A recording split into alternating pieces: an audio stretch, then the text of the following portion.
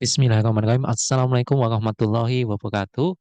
Kita kembali bertemu melalui video pembelajaran onboarding UMKM 2023 yang diselenggarakan oleh Bank Indonesia bekerjasama dengan Nabata Consulting. Baik teman-teman semua, Sobat UMKM, pejuang UMKM, di modul pembelajaran ini kita akan membahas bagaimana kunci memenangkan persaingan dalam digital marketing. Nah, kunci memenangkan persaingan dalam dunia bisnis sebenarnya ya tidak hanya digital marketing, itu ada tiga. Yang pertama menjadi pionir, ya kita menjadi pertama ya yang muncul di tengah keramaian pasar ya. Bisa produk yang berbeda, bisa menggunakan produk yang benar-benar baru. Tetapi tantangannya bagi seorang pionir adalah dia melakukan yang namanya edukasi pasar ya. Contohnya yang pernah dilakukan oleh Aqua ya di dalam dulu air mineral kok dibotolin gitu kan, air minum gitu kan.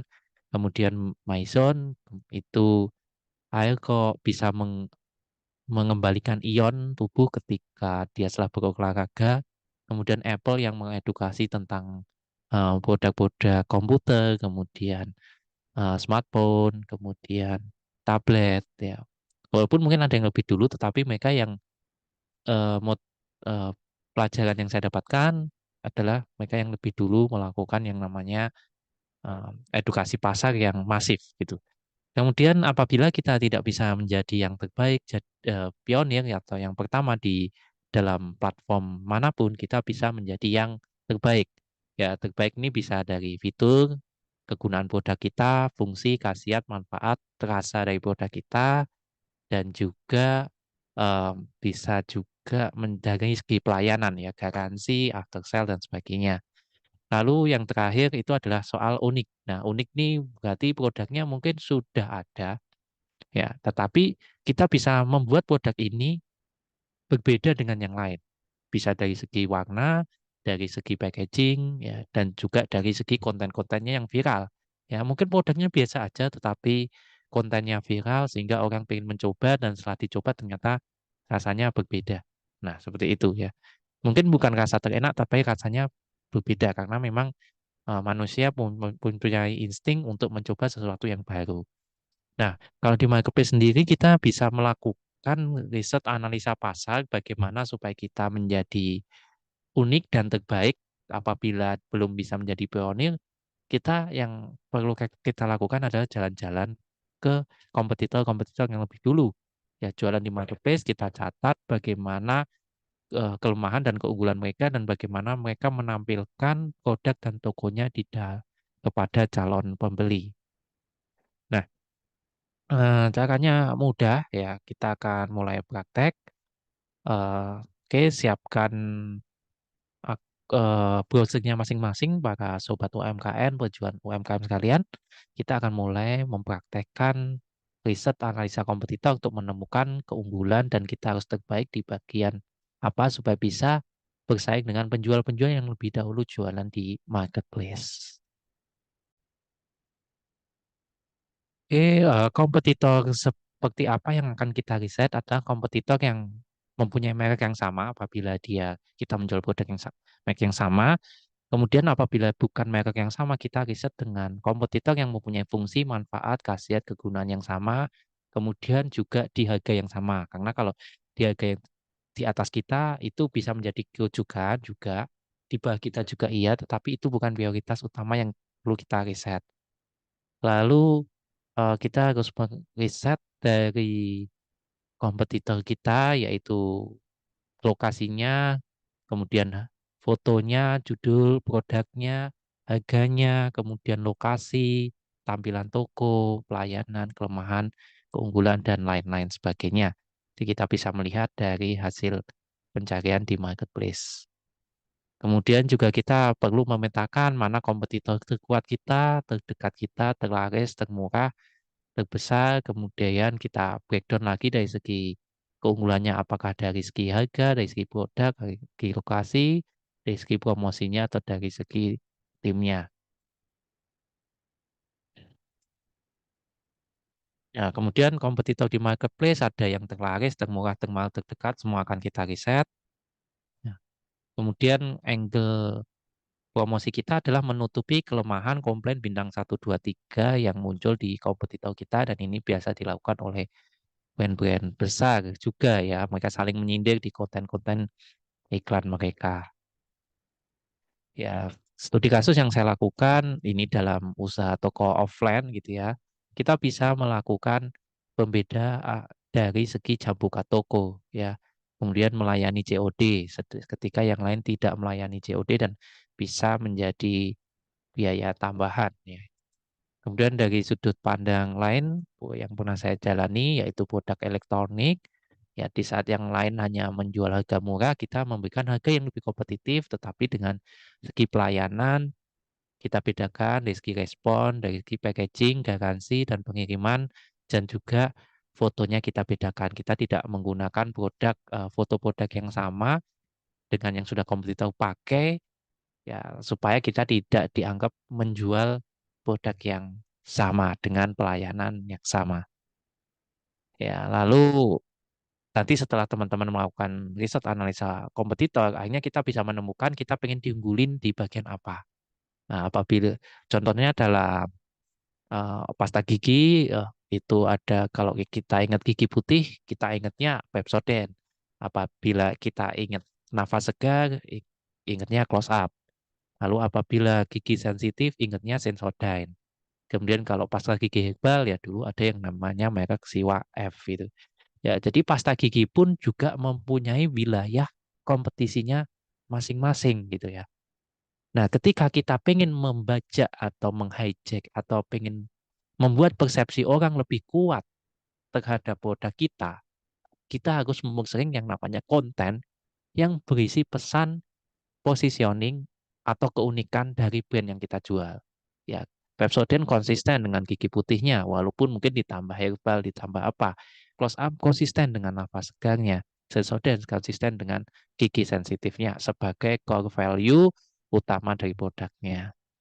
Nah, kemudian kalau dari segi handphone itu walaupun handphone semua mereknya sama, toko offline di mana-mana juga banyak, online juga banyak, tetapi ada suatu toko handphone yang saya lihat harganya juga dia mengikuti harga pasaran, ya tidak mengikuti banting harga, tetapi dia bisa secara margin labanya besar, offline stoknya banyak, dia mempunyai tambahan garansi, cabang di tiap kota dan dominan keaslian dan pelayanan ya.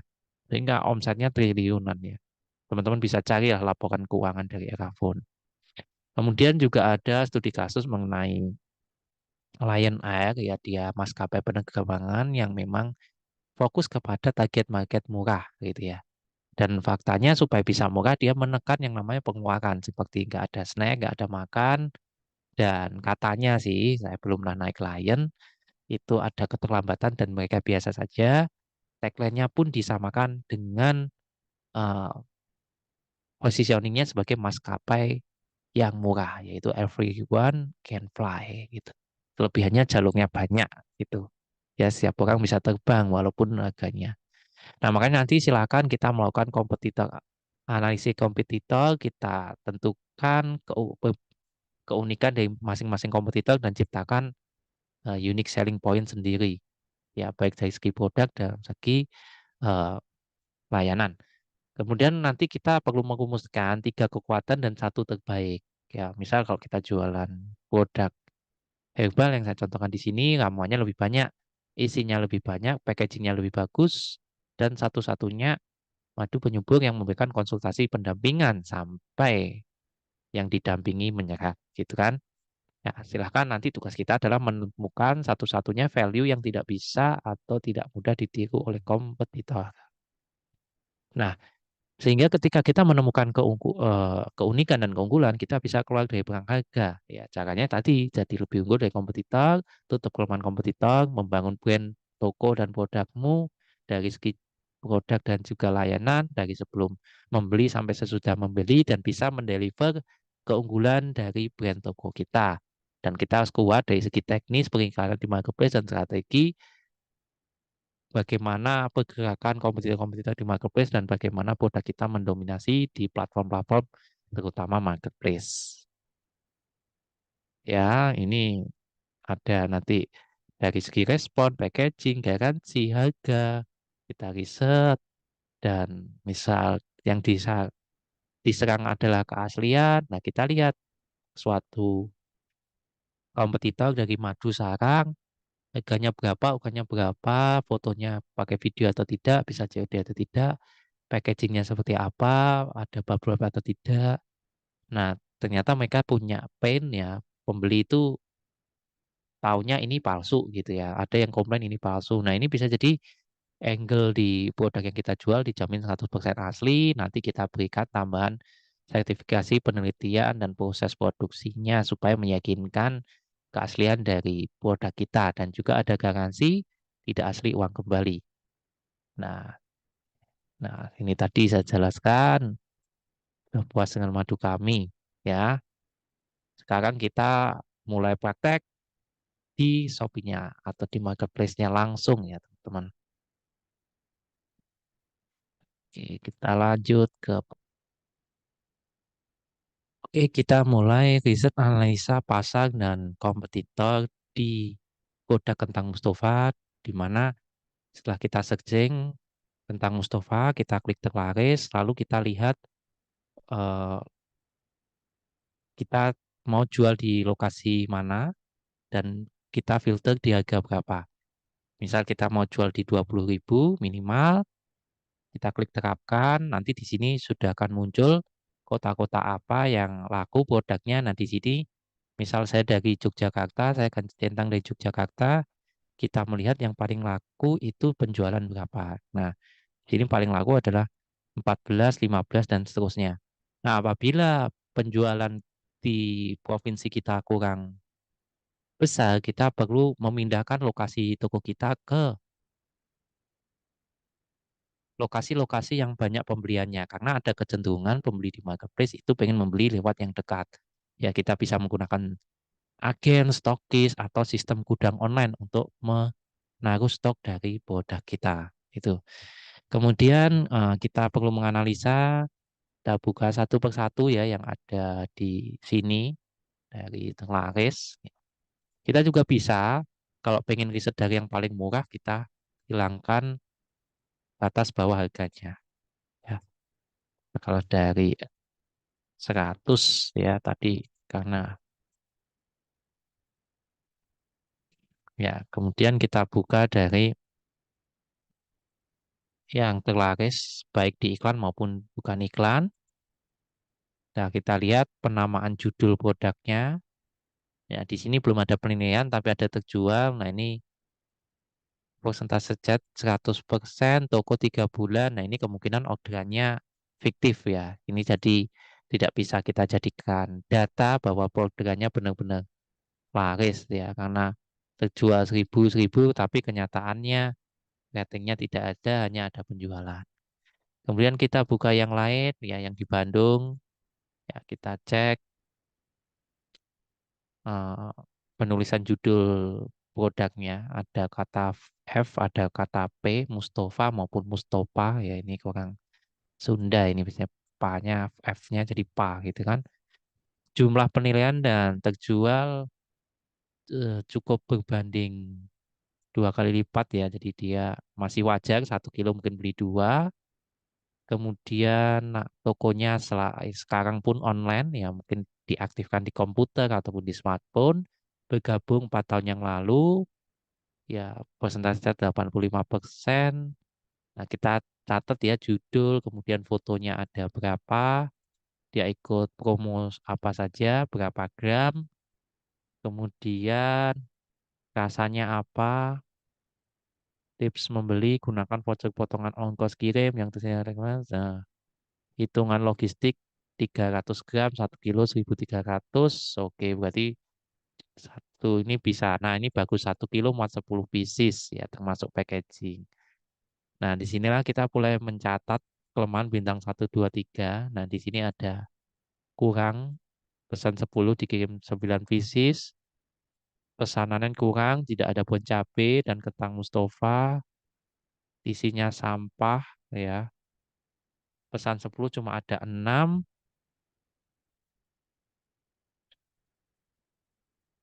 Nah, ini kan berarti ekspedisi, bentangnya melempem, ya ini perlu ya kalau produk-produk kayak gini teman-teman kasih kertas ucapan sama minta video unboxing ya, ini kejam banget ini kurirnya kok sampai memakan produknya. Oh, masih garing ternyata lembek, ya mengovan supaya renyah. Nah, berarti harus dipikirkan packagingnya, gak enak, barang lama. Nah, ini komplain-komplain seperti ini bisa menjadi ide kita untuk jualan ya. Oh, berarti kalau kita pengen jualan kentang Mustafa di harga 10.000 ke atas, 20.000 ke atas, kita jangan melakukan hal-hal yang bisa membuat produk kita seperti ini. Nah, nanti silahkan dicatat bintang 1, 2, 3, 4, dan 5. Kemudian kita cek tampilan tokonya. Nah, di sini ada foto produknya menarik. Ya, kemudian ada menjual makanan khas Bandung, orderan sebelum pengirim Senin sampai Sabtu. Terbaik ya, sayangnya ini huruf besar semua. Penawaran terbaik sudah diskon. Nah, ini etalasenya simpel sekali. Dia hanya main di yang penting murah ya. Nah, cuma ya tantangannya tadi komplainnya macem-macem gitu ya. Karena dia mungkin menurunkan kualitas dan sebagainya. Lalu dia ikut 77 gratis ongkir ekstra, cashback ekstra, instan 2 jam, kemudian hampir setiap produknya ada videonya. Nah, ini teman-teman bisa tiru ya dari segi promo yang dipakai karena produk di bawah 30.000, eh, di bawah 80.000 semestinya ikut gratis ongkir ekstra. Ya, pembagian produknya, jumlah fotonya, dan seterusnya. Nah, itu silahkan dicatat buat teman-teman apapun jualannya, baik jualan fashion, tas, kemeja, batik, kemudian makanan, ya itu silahkan jalan-jalan dikumpulin tampilan tokonya seperti apa, fotonya nggak jangan hanya satu, jalan-jalan ke yang lain juga, ya. Dan siapin beberapa foto produk yang akan kita tes termasuk packagingnya apakah bening, apakah sudah dalam pouch yang profesional seperti ini, ataukah di plastik kiloan ya cuma kurang nanti bisa teman-teman kurang apa yang jual mahal biasanya packagingnya juga harus bagus. Oke itu tugas pertamanya ya di modul ini silahkan dipraktekkan dan nanti hasilnya adalah teman-teman menyampaikan keunggulan produknya melalui eh, produknya ya melalui tampilan toko, deskripsi dan foto produk ya. Jadi contohnya